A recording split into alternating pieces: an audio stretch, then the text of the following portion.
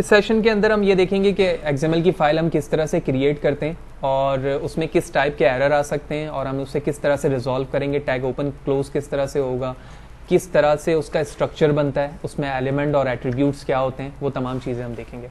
तो XML file आप right करने के लिए कोई भी टेक्स्ट एडिटर का इस्तेमाल कर सकते हो, such as notepad, notepad plus plus and so on. इसी तरह आप ड्रीम वेवर का अगर इस्तेमाल कर रहे हो तो वहाँ पर भी XML की फ़ाइल बना सकते हैं। विजुअल स्टूडियो यूज़ कर रहे हो वहाँ पर भी आप XML की फ़ाइल जनरेट कर सकते हैं। तो सबसे पहले हम फाइल को नोटपैड पे करेंगे और उसके बाद हम विजुअल स्टूडियो पे भी देखेंगे कि वहाँ पर हम जाकर किस तरह से XML की फ़ाइल ऐड करवा सकते हैं और उसमें वहाँ अपने डेटा को, ये रिक्वायर्ड डेटा को फिल कर सकते हैं। तो इस वक्त नोटपैड की एक फ़ाइल है। नोटपैड की फ़ाइल पर आने के बाद जो इसका स्ट्रक्चर है वो रूट टू चाइल्ड तक जाएगा। तो रूट से क्या मुराद है? रूट से मुराद ये है कि एक टैग वो होगा जो आपके पूरे डेटा को हैंडल कर रहा होगा, जिसे आप पेरेंट कह सकते हैं, ठीक है, जो सबसे टॉप पर होगा। टॉप के बाद उसके अंदर सब पार्ट्स बनेंगे, सब पार्ट्स के अंदर मजीद पार्ट्स होंगे। तो 3 बॉडी पे आप इसके स्ट्रक्चर को डिफाइन कर सकते हैं अंडरस्टैंडिंग के लिए, रूट, पेरेंट्स एंड चाइल्ड। जब आपको ये तीनों वर्ड याद रहेंगे तो आप आसानी के साथ इन चीज़ों को हैंडल कर सकोगे और जब डेटा इंसर्ट करा रहे होगे यानी राइट कर रहे होगे तो आप गलती के चांसेस भी कम से कम होंगे जब ये तीनों हेडिंग आपके माइंड में होगी। तो सबसे पहले मैं रूट बनाता हूं। तो रूट बनाने के लिए फॉर एग्जांपल एक टैग यहां पर डिजाइन कर रहा हूं। मैं फॉर एग्जांपल यहां लिखता हूं रूट। तो जिस तरह मैंने टैग ओपन किया है उसी तरह टैग क्लोज किया। ओपनिंग टैग एंगल ब्रैकेट के साथ इस तरह है, जबकि क्लोजिंग टैग भी बिल्कुल वैसे ही होता है, लेकिन यहाँ पर स्लैश ऐड है जो कि इस बात को शो कर रहा है कि दोनों टैग्स एक दूसरे से डिफरेंस है, यानी एक ओपनिंग है एक क्लोज है। अब जो भी डेटा आपका होगा वो इस रूट टैग के अंदर होगा। इस रूट टैग के अंदर मैं एक पेरेंट लेता हूं। तो पेरेंट के नाम से मैंने टैग ओपन किया, पेरेंट के नाम से टैग क्लोज कर दिया। इस पेरेंट के अंदर इसके चाइल्ड होंगे। तो पहला टैग मैंने बनाया फॉर एग्जांपल चाइल्ड 1 के नाम से।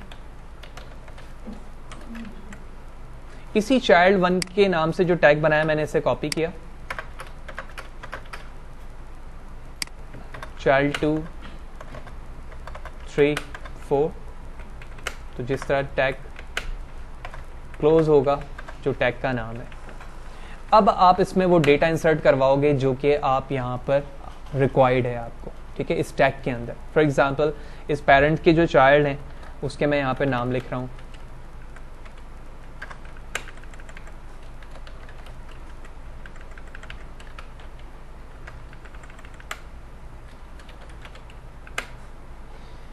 अब ये जो एक पेरेंट्स है, मैंने इस पूरे पेरेंट्स को कॉपी किया और पेस्ट कर दिया।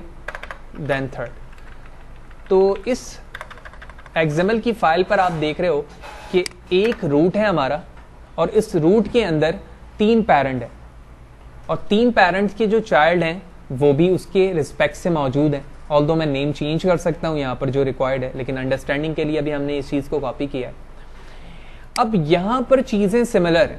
अब इस सिमिलरिटी को किस तरह से खत्म किया जाता है तो हम अपकमिंग सेशन पे देखेंगे। पहले तो हम ये देखेंगे कि XML फाइल हमारी जो जनरेट हुई है वो सक्सेसफुली सही है या नहीं है, ठीक है। देन हम उसके एट्रीब्यूट्स की तरफ आएंगे। तो जो टेक्स्ट बने हैं इस वक्त, इस टेक्स्ट को हम कहते हैं एलिमेंट। ये रूट एलिमेंट है यानी रूट का टैग है। इसी तरह ये पेरेंट एलिमेंट है या फिर पेरेंट के नाम से ओपनिंग टैग है, ये क्लोजिंग है, ये इसके चाइल्ड हैं और जिस तरह वो ओपन हुए स्लैश के साथ वो क्लोज हो गए। फिर ये दूसरा पार्ट है और ये तीसरा पार्ट है। अब ये किस तरह से पता चलेगा कि जो XML फाइल मैंने बनाई है वो बिल्कुल सही है? तो उसे आप सेव करेंगे .xml के साथ और किसी भी वेब ब्राउजर पे ओपन करके देखेंगे कि अगर वहां पर वो सक्सेसफुली ओपन हो रही है, विच मीन आपने XML फाइल सही बनाई है। तो मैं Ctrl S प्रेस करता हूँ और डेस्कटॉप की लोकेशन देने के बाद यहाँ पर आता हूँ और इसका नाम रखता हूँ XML own file.xml, ठीक है।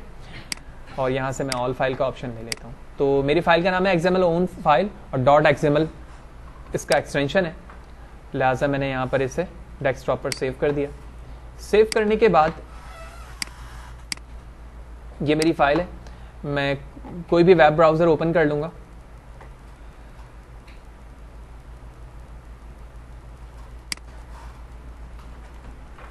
ओपन करने के बाद जो फाइल आपने बनाई है आप इसके टैब पर ड्रॉप कर दें।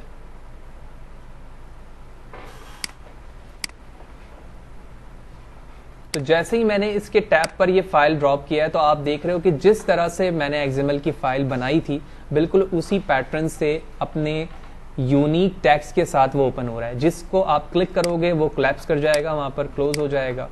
तो इसका मतलब है कि मेरे एक्सएमएल के फाइल पर कोई भी गलती नहीं है।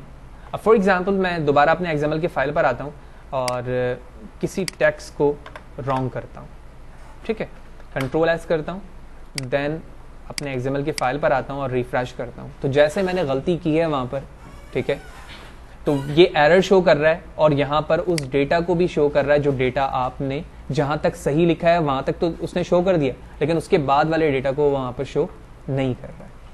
तो ये बेसिक अंडरस्टैंडिंग है एक्सएमएल फाइल को लिखने की और उसके बाद उसे चेक करने की कि आपने जो फाइल एक्सएमएल की बनाई है वो एप्रोप्रिएट है या नहीं है। तो मैं एरर को दोबारा से सही करता हूँ